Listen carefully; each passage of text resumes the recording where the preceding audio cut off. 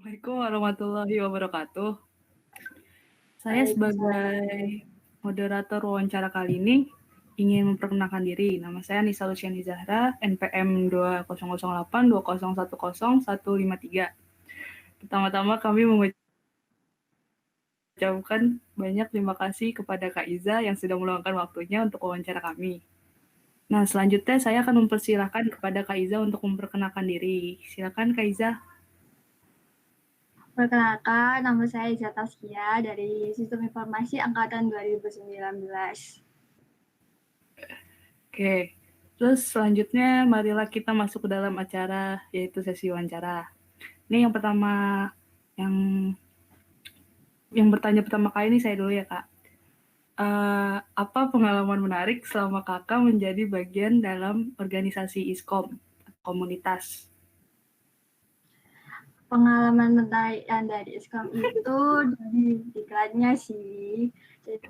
Jadi kita itu bisa pelajari hal-hal yang lebih dari teman kita. Jadi kayak nggak diajari di perkuliahan, kayak pada semester 1 kan Java. Nah nanti di ISKOM itu nggak Java aja yang diajari, juga ada web kayak gitu.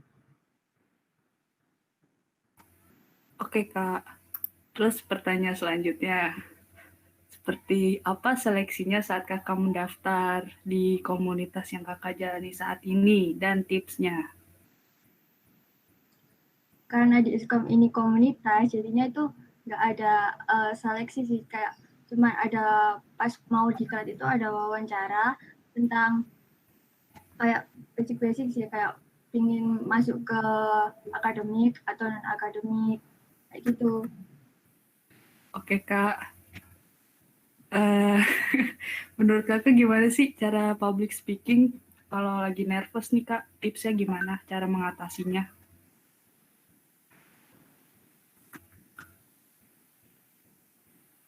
Aku nggak jago public speaking sih, cuman bisa tak kayak tak berikan beberapa cara itu kayak kita lebih bisa pede buat public speaking itu ketika kita benar-benar menguasai materi yang bakalan kita sampaikan. Jadi kayak ngerasa aku masih bisa nularin ilmu ke orang lain, jadi kayak gitu. Terus sama bisa berlatih kayak bicara sendiri di depan cermin kayak gitu.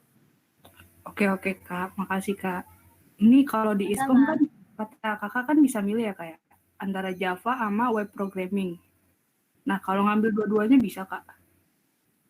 apa Ngambil dua-duanya. uh, sebenarnya nggak apa-apa sih, cuman kalau misalkan kalau offline kayak kayak di kelas itu nanti dibagi sih kelasnya, bisa Java bisa web. Cuma kalau daring kayak gini tuh tugasnya tuh kayak diberikan di line gitu kan. Terus misalkan kalau kita ingin belajar web, jadi ya bisa ngikutin pelajaran anak web. Gitu. Kalau offline tuh kayak gimana Kak pembelajarannya Kak? Apa diajarin dari ada tutornya misal? uh, dari itu cutting cutting yang udah diskom. Oh Join gitu. aja, join aja biar tahu rasanya. Ya udah Kak, makasih Kak udah ngejelasin. Ini udah nggak ada yang mau nanya lagi Kak? Saya mau tanya Kak, Iya, tanya. sebelumnya perkenalkan nama saya Girindra Wardana dengan NPM 2008 2010 070. Pertanyaan pertama saya yaitu apa sih Kak manfaat atau benefit dari bergabung di ISKOM kalau menurut pandangan Kakak?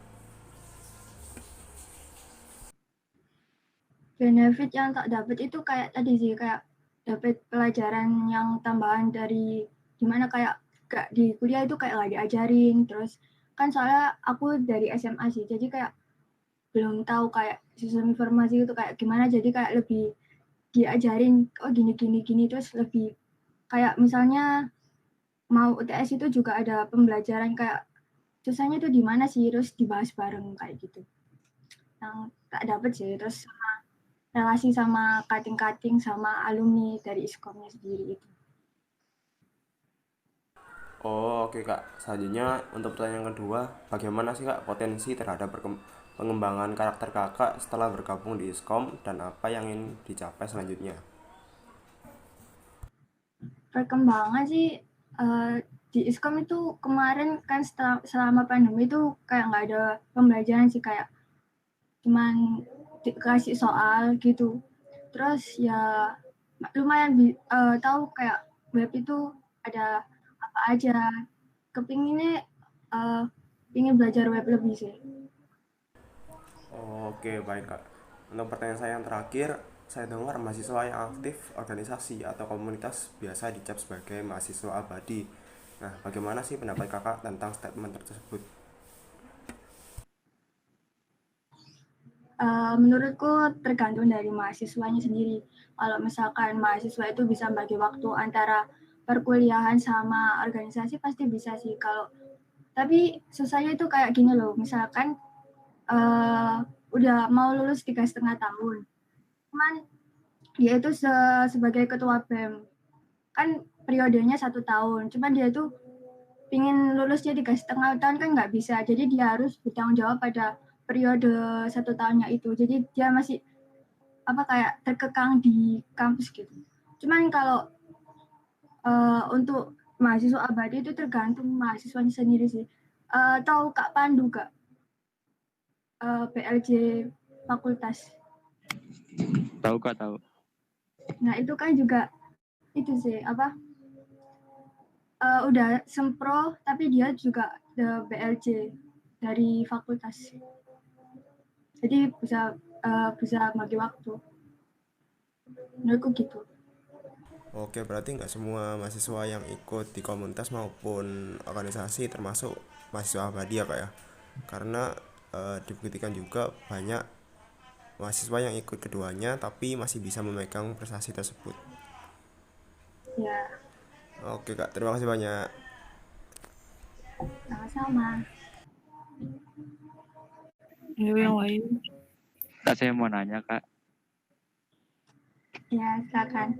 Perkenalkan, nama saya Hidayatullah. Maaf sebelumnya saya lagi di luar jadi harus menaati protokol. Saya mau nanya Kak, dari sekian banyak organisasi atau komunikasi di sistem farmasi UPN, kenapa Kakak memilih masuk ke Iskom? Oke, tak jawab ya. Sebenarnya aku pas awal-awal itu juga kepingin sih Mas Lima, kayak pingin lebih aktif di organisasi. Cuman kayak kalau misalkan di HIMA, untuk aku yang anak SMA gitu kan susah buat nangkep pelajaran. Soalnya kan kayak baru pertama kali masuk di dunia kayak gini kan. Terus jadi aku lebih memutuskan untuk masuk ke Iskom. Untuk alasannya ya tadi sih kayak pingin belajar lebih banyak tentang jurusan sistem informasi, terus sama pengen nambah banyak pengetahuan di Iskomnya. Baik Kak. Terus pertanyaan selanjutnya Kak, seandainya kegiatan di Iskom itu bertabrakan sama kegiatan program Kakak, terus keduanya itu sama-sama penting, kira-kira tindakan yang Kakak ambil bagaimana?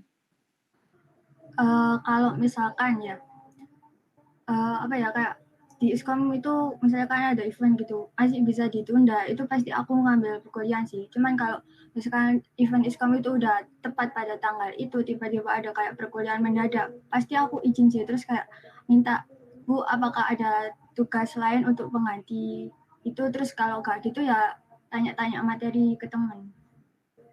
Itu sih aku. Oke. Baik Kak, terima kasih. Mungkin sekian dari saya. Oke, sama-sama. Maaf Kak, saya Alif Ramadhani dengan NPM 2008-2010-055, mohon izin bertanya. Oke. Begini Kak, menurut Kakak, apa kerugian ikut sebuah organisasi atau komunitas di perkuliahan? Itu apa Kak? Kerugian mengikut komunitas atau organisasi, kalau ada. Menurut Kakak. Kalau menurutku ya untuk kerugian sih tergantung juga dari mahasiswanya bisa bagi waktu atau enggak.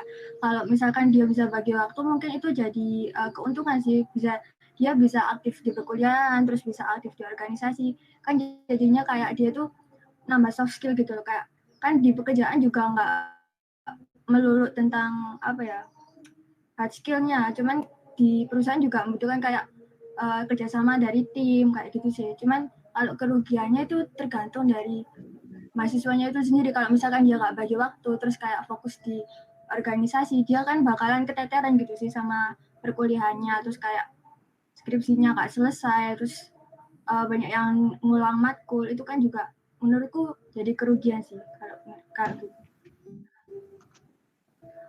Ya. Untuk pertanyaan selanjutnya, seumpama kakak menjadi pemimpin sebuah komunitas atau organisasi, misalnya itu ISKOM ya, apa yang akan kakak lakukan jika salah satu teman kakak kena masalah yang mengharuskan dia keluar dari sebuah komunitas atau organisasi? Gimana kak?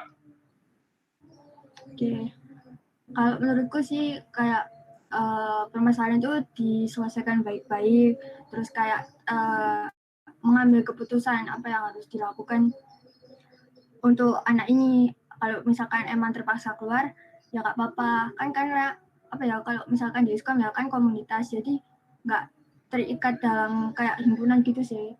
Himpunan kan kayak apa ya, harus dalam periode 1 tahun itu harus dilaksanakan. Kalau misalkan di ISKOM juga kalau misalkan keluar juga bukannya itu ya kayak keluar masuk sih, kayak apa ya, kan cuman sebuah komunitas, gak ada ikatan, cuman kayak eman aja sih kalau keluar. Jadi kalau misalkan ada masalah diselesaikan baik-baik, terus kalau misalkan keluar ya udah gitu sih kalau aku.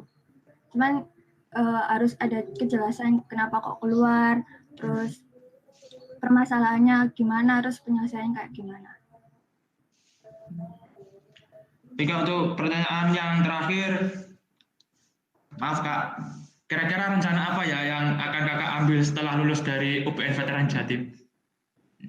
Rencanaku ya, aku juga kepingin kerja dalam bidang ini juga sih, kayak kepingin bidang ini, kalau enggak itu ke desainnya. Kalau yang kedua itu pengen ngembangin bisnis buat ya untuk apa usaha lain gitu sih kalau aku.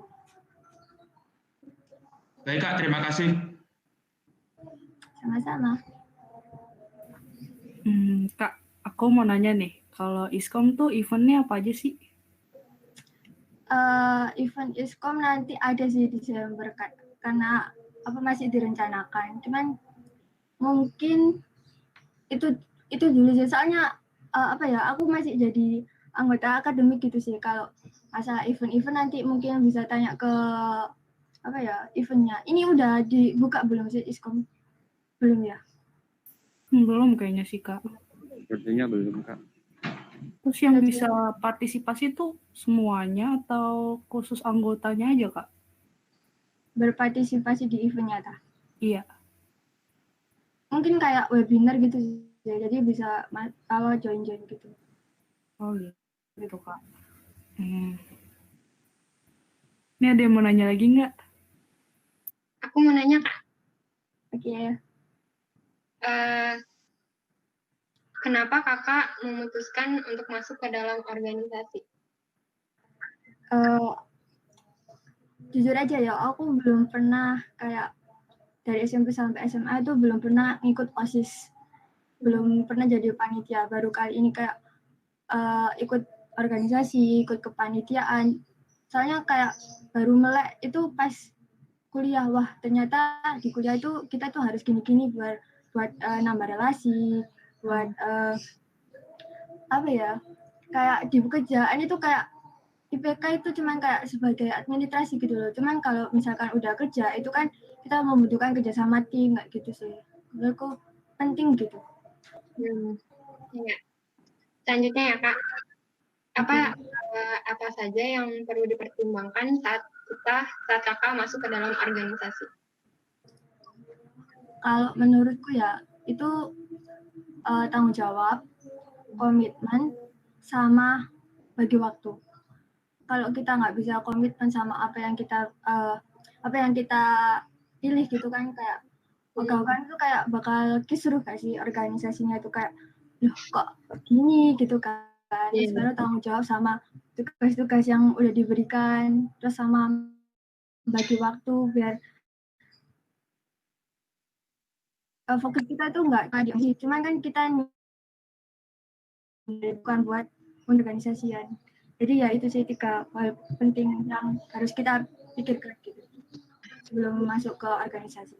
Oke Kak, makasih. Yang terakhir Kak, bagaimana sih cara Kakak untuk mengatur waktu agar Kakak dapat mengikuti organisasi yang Kakak ikuti dan belajar juga untuk mendapatkan UTK yang tinggi gitu Kak? Bagi waktuku itu kalau misalkan itu sih skala prioritas. Jadi kayak deadline-nya kapan dikerjain dulu. Kalau misalkan deadline masih lama itu bisa ditunda dulu. Terus kayak susah atau enggaknya itu juga berperan sih. Kayak mengatur waktu. Jadi kita misalkan deadline-nya besok. Jadi kita tuh harus apa ya kayak ngelis gitu loh kapan deadline-nya, terus kapan kita bisa ngerjainnya. Jadi kayak gitu sih mengatur waktu. Terus kalau organisasi kan saya kan itu sih kepanitiaan dimensi sama edisi itu agak keteteran sama tugas kuliah juga yang semester 3 ini udah mulai masuk ke penjurusan kan. Jadi ya agak keteteran juga sebenarnya kalau aku ya. Tadi di pertanyaan pertama kan Kakak notice yang harus gini untuk menambah relasi gitu kan Kak. Harus gininya itu kita harus ngapain aja kita selain ikut organisasi di perkuliahan?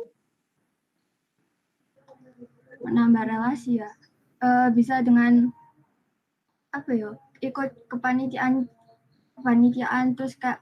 Sebenarnya kan itu sih ini kan kaderisasi lah itu sebenarnya nggak hima aja yang dalam berkecimpung di aspekmu ini. Jadi kayak dia buka oprek terus kayak bisa ikut gitu. Jadi kayak kita tuh bakalan kenal sama anak-anak yang apa ya kayak sepantaran kita bisa jadi cutting gitu. Jadi kalau misalkan kita bukan dari organisasi SIFO nih Kak, terus kita mau ikut ke kaderisasi itu berarti bisa gitu Kak? Kenapa? Putus. Oh, misalkan kalau kita bukan salah satu anggota dari organisasi SIFO, misalkan berarti kita bisa berkesempatan untuk menjadi panitia dari kaderisasi apa? Maba. Kalau nggak salah itu nanti ada oprek buat acara AIS kalau nggak salah dari himpunan, terus ada Mira, terus bisa ikut UKM yang di UPN sih. Terus ada kepanitiaan dari UPN juga, kayak Piala Rektor. Gitu sih. Makasih, Kak. Ya, sama-sama. Saya mau izin bertanya lagi, Kak. Oke. Kira-kira Kak, anak yang udah gabung di komunitas kayak ISKOM itu masih bisa nggak sih Kak gabung di organisasi lagi kayak HIMA atau sebagainya? Sebenarnya itu ya kayak semester 1 itu aku masih dibingungin kalau misalkan masuk ISKOM itu kayak bakalan bisa masuk HIMA itu kayak kabar burung gitu. Terus aku tanya kan sama pas wawancara ISKOM itu, Mas kalau misalkan masuk ISKOM itu nggak bisa masuk HIMA ya? Terus masnya tuh bilang kayak sebenarnya bisa, cuman bagi waktu antara ikut kedua-duanya itu bakalan susah kayak misalkan ada event di ISKOM bakalan ada event di HIMA, jadi kayak kita nggak bakalan fokus sama kuliah, jadi disarankan cuma pilih salah satu sih. Kan juga bisa misalkan kita ikut ISKOM terus bisa ikut kepanitiaannya dari himpunan kayak gitu Mas Ivo. Baik Kak, terima kasih. Sama-sama. Ini udah nggak ada pertanyaan lagi kan ya? Kakak mau jelasin apa Kak? Enggak sih, cuman kalau misalkan mau tanya-tanya nggak apa-apa. Kalau di luar ini. Gitu Kak. Ini ada yang mau nanya lagi nggak guys? Enggak. Ini Kak, kalau boleh pesan-kesannya buat maba. Oh iya, pesan-kesannya gimana? Kenapa? Kesan-kesan buat Kak buat maba. Kenapa misalnya? Tahun ini mabanya aktif sih daripada tahunku ya, lebih apa ya kayak lebih wah gitu sih daripada tahunku yang anaknya lumayan diem gitu sih. Terus ya semangat terus karena masih ada pensi kan juga. Terus masih ada kegiatan-kegiatan dari mahasiswa baru yang lainnya.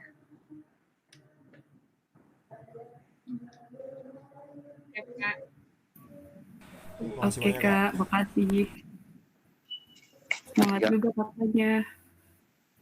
Nih saya tutup ya Pak. Oke.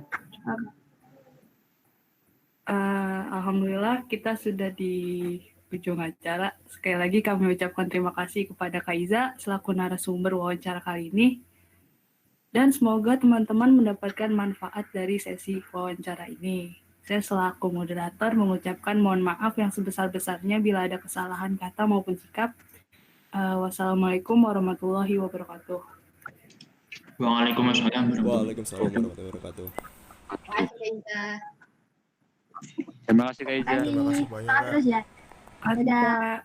Baik Kak. Terima kasih Kak, terima kasih. Terima kasih loh Kak buat luangin waktunya.